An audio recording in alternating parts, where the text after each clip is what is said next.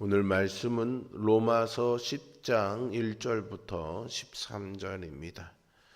로마서 10장 1절부터 13절입니다.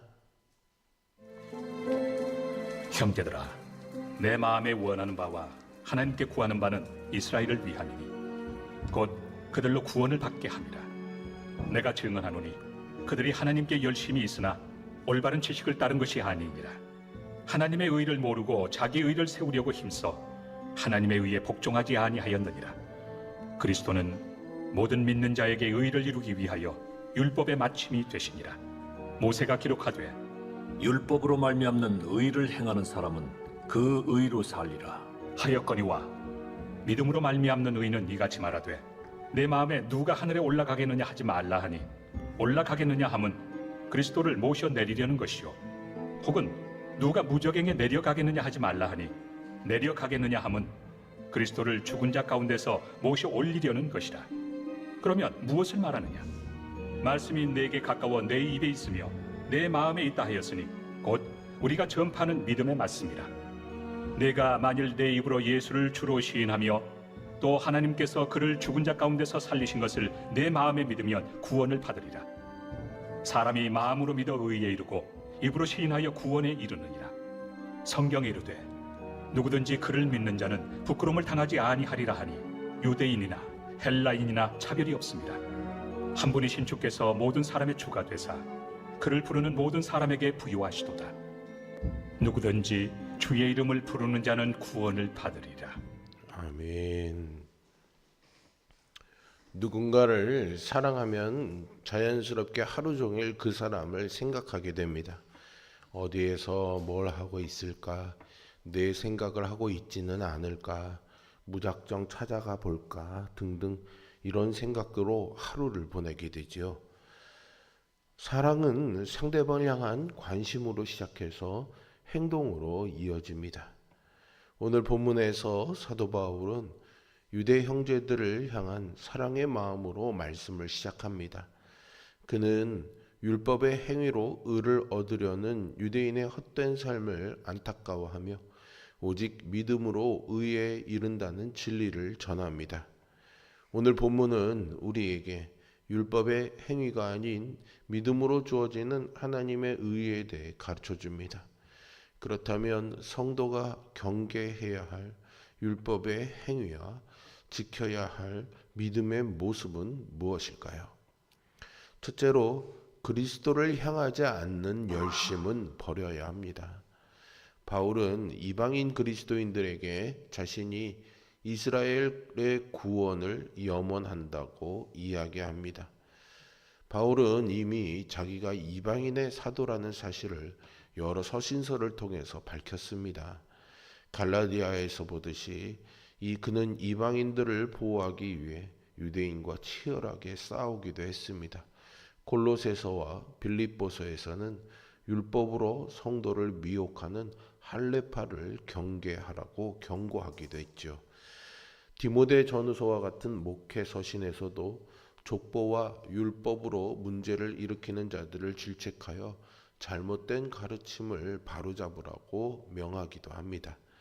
그런데 오늘 본문에서는 바울 자신이 이스라엘의 구원을 간구한다고 말합니다.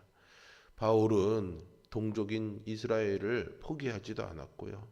하나님이 이스라엘을 버리시고 이방인으로 대체했다고 믿지도 않았습니다. 그는 9장에서 하나님의 언약이 실패하지 않았음을 이야기했는데요. 다만 이스라엘 민족이 모두 다 그 언약의 수혜자라는 관점에서 벗어나 하나님의 선택과 주권적 관점에서 설명한 겁니다.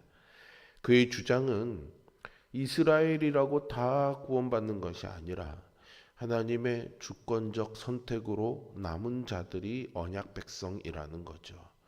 그리고 하나님의 언약에 실패한 이스라엘 백성의 이해를 설명합니다.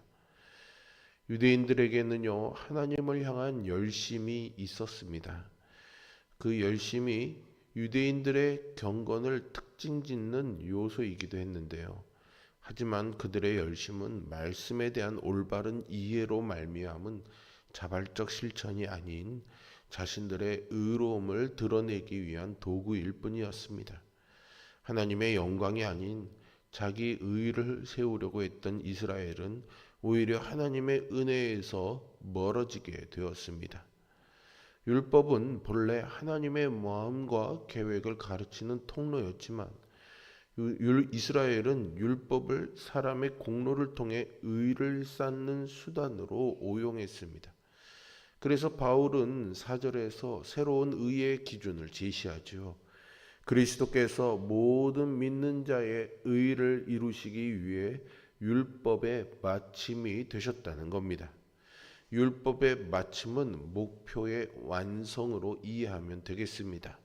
율법에 계시된 하나님의 뜻과 본래 가치가 예수 그리스도로 인해서 완전하게 다 이루어졌다라는 거죠. 율법의 요구가 그리스도를 통해서 충족되었다라는 겁니다. 그렇다면 율법의 의가 무엇입니까? 의로하지라는 거죠. 율법은 의를 요구하지만 율법을 가진 자들이나 양심이 율법이 된 자들 모두 이 율법의 의를 이루는 데는 실패했습니다. 율법은 그들을 정죄할 기능만 할 뿐이었죠. 그런데 그리스도께서 마침내 이 율법의 완성이자 마침이 되셨습니다. 그래서 바울은 이와 같은 이유로 유대인들의 마음이 율법의 완성으로 오신 그리스도께 향해야 된다라고 선포했죠. 오늘날 우리의 믿음도 방향을 잃으면 형식과 율법주의에 빠질 수 있습니다. 하나님이 준비하신 온전한 의, 그 의를 완전히 이루신 예수 그리스도를 향한 열심으로 하나님과 올바른 관계를 누리는 성도가 되시기를 소망합니다. 두 번째로 하나님의 자녀로서 그리스도로부터 말미암은 믿음을 가져야 합니다. 바울은 율법의 의와 믿음의 의를 대조해서 설명하는데요. 율법은 사람의 완전한 순종을 요구하지만 사실 이것은 누구도 다 완전하게 이룰 수가 없습니다. 율법의 행위를 쌓음으로 구원에 이를 수는 없다라는 거죠. 반대로 믿음은 사람의 행위에 의지하는 것이 아닙니다. 믿음에 이르게 하는 복음은 우리 가까이에 있습니다. 바울은 복음이신 예수 그리스도를 마음으로 믿고 입으로 시인하면 구원에 이른다 선포합니다. 이것은 단순하지만 아주 분명한 진리입니다. 바울은 이러한 자신의 주장을 뒷받침하기 위해 5절에서는 레위기 18장 5절의 말씀을, 그리고 6절과 8절 사이에서는 신명기 30장 11절과 14절을 인용합니다. 먼저 레위기 18장 5절의 말씀은 너희는 내 규례와 법도를 지키라. 사람이 이를 행하면 그로 말미암아 살리라 라는 말씀인데요. 바울은 여기에 의라는 단어를 추가했습니다. 신명기 말씀을 인용할 때도요, 여러 표현을 첨가했는데요. 7절에 무적행에 내려가겠느냐라는 구절은 신명기에 나오지 않습니다. 또한 8절에 믿음의 말씀은 구약에 없는 표현입니다. 특별히 신명기 30장에서 지칭하는 말씀은 모세에게 허락된 토라를 가리키는 것인데 바울은 자신이 그것을 인용하면서 그 토라, 율법이 아닌 믿음의 말씀으로 바꾸어서 인용을 하고 있습니다. 바울이 이렇게 한 이유는요, 언약과 은혜가 없는 자들에게 스스로 의를 이루는 방편으로 율법을 주신 것이 아님을 설명하기 위해서입니다. 로마서 9장에서 바울은 이미 이것을 분명하게 설명했습니다. 하나님의 주권적인 선택과 자비와 은혜의 구원이 먼저라는 거죠. 그렇다면 율법을 행하는 의로움은 하나님과 바른 관계를 맺고 있음을 보이는 의로움이라고 설명하는 것이 맞습니다. 율법을 지킴으로 회복되는 것이 아니라 하나님의 주권적인 자비가 그를 돌이키게 하고 성령님이 임하시면 그들이 율법을 지켜서 하나님의 백성으로서 의로운 삶을 사는 열심을 낸다라는 거죠. 바울은 신명기 30장을 인용하면서 율법에 해당되는 모든 단어를 그리스도로 바꿨습니다. 그리고 율법의 말씀을 믿음의 말씀으로 바꾸었지요. 믿음의 의가 그리스도로 말미암아 계시되었으니 사람이 하늘로 올라갈 필요가 없다라고 설명합니다. 하나님이 이스라엘에게 당신의 거룩한 뜻을 율법을 통해서 계시하셨듯이 그리스도를 통해서 율법의 완성과 완전한 뜻을 계시하셨기 때문에 모세가 하나님의 율법을 받으러 시내산에 올라갔듯 우리도 하늘로 굳이 올라갈 필요가 이제는 없다라는 겁니다. 요구되는 유일한 조건은 그리스도 안에서 선포되는 말씀을 믿는 것입니다. 그때 율법의 요구인 의가 그리스도 안에서 성취되는 것이죠. 바울이 말하는 율법의 의는 율법이 사람을 의롭게 한다는 것이 아니라 율법의 요구에 충실한 것을 의미합니다. 많은 이들이 여전히 복잡하고 어려운 조건을 통해 구원을 얻으려 하지만 그리스도로 말미암은 믿음만이 구원의 유일한 길입니다. 이것이 하나님의 은혜이며 우리가 지켜야 할 믿음이지요. 마지막으로 그리스도를 주로 고백하는 믿음을 가져야 합니다. 오늘 본문에서 바울은 구원의 복음이 유대인뿐만이 아니라 모든 사람에게 열려 있다고 말합니다. 이를 보충 설명하기 위해 바울은 11절에서 이사야서 28장 16절과 요엘서 2장 32절을 인용합니다. 누구든지 주의 이름을 부르는 자는 구원을 받습니다.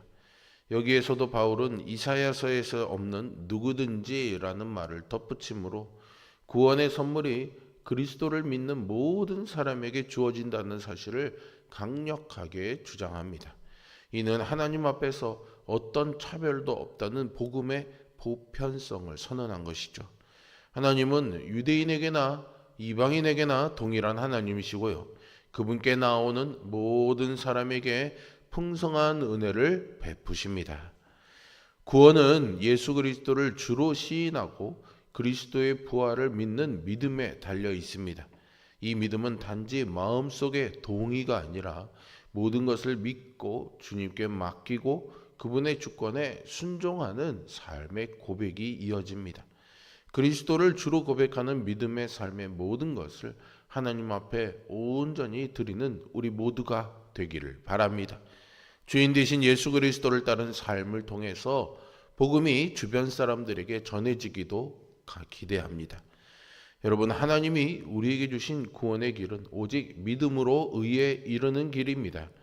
자신의 열심이나 공로가 아닌 예수 그리스도를 향한 전적인 신뢰와 고백이 의에 이르는 길입니다. 우리는 이 믿음을 통해 하나님의 자녀가 되었고 이제는 그 믿음을 입술로 시인하며 삶으로 드러내야 하겠습니다. 오늘도 우리를 부르시는 주님의 은혜에 감사하면서 믿음으로 구원의 확신을 붙들고 살아가는 성도가 되시기를 주님의 이름으로 축원드립니다. 기도하겠습니다. 자비로우신 아버지 하나님, 우리를 택하시고 당신의 자녀 삼아 주시기 위해 우리에게 기름 부으심의 은혜와 구원의 확신의 은혜를 주셔서 감사를 드립니다. 우리의 입술로 시인하여 마음으로 믿어 예수 그리스도를 주로 고백하는 이 믿음을 가지고 하나님의 자녀가 되는 복된 은혜를 누렸으니 우리는 이제 이 믿음을 가지고 열심을 다해 하나님의 말씀에 순종하며 살아가는 삶이 되게 하여 주시옵소서. 오늘도 이런 간구와 소망으로 엎드려 간구하며 기도하는 우리의 모든 기도에 귀를 기울여 주시며 때로는 일용할 양식을 구하는 간절한 청원의 기도에도 하나님이 응답하여 주실 줄로 믿습니다.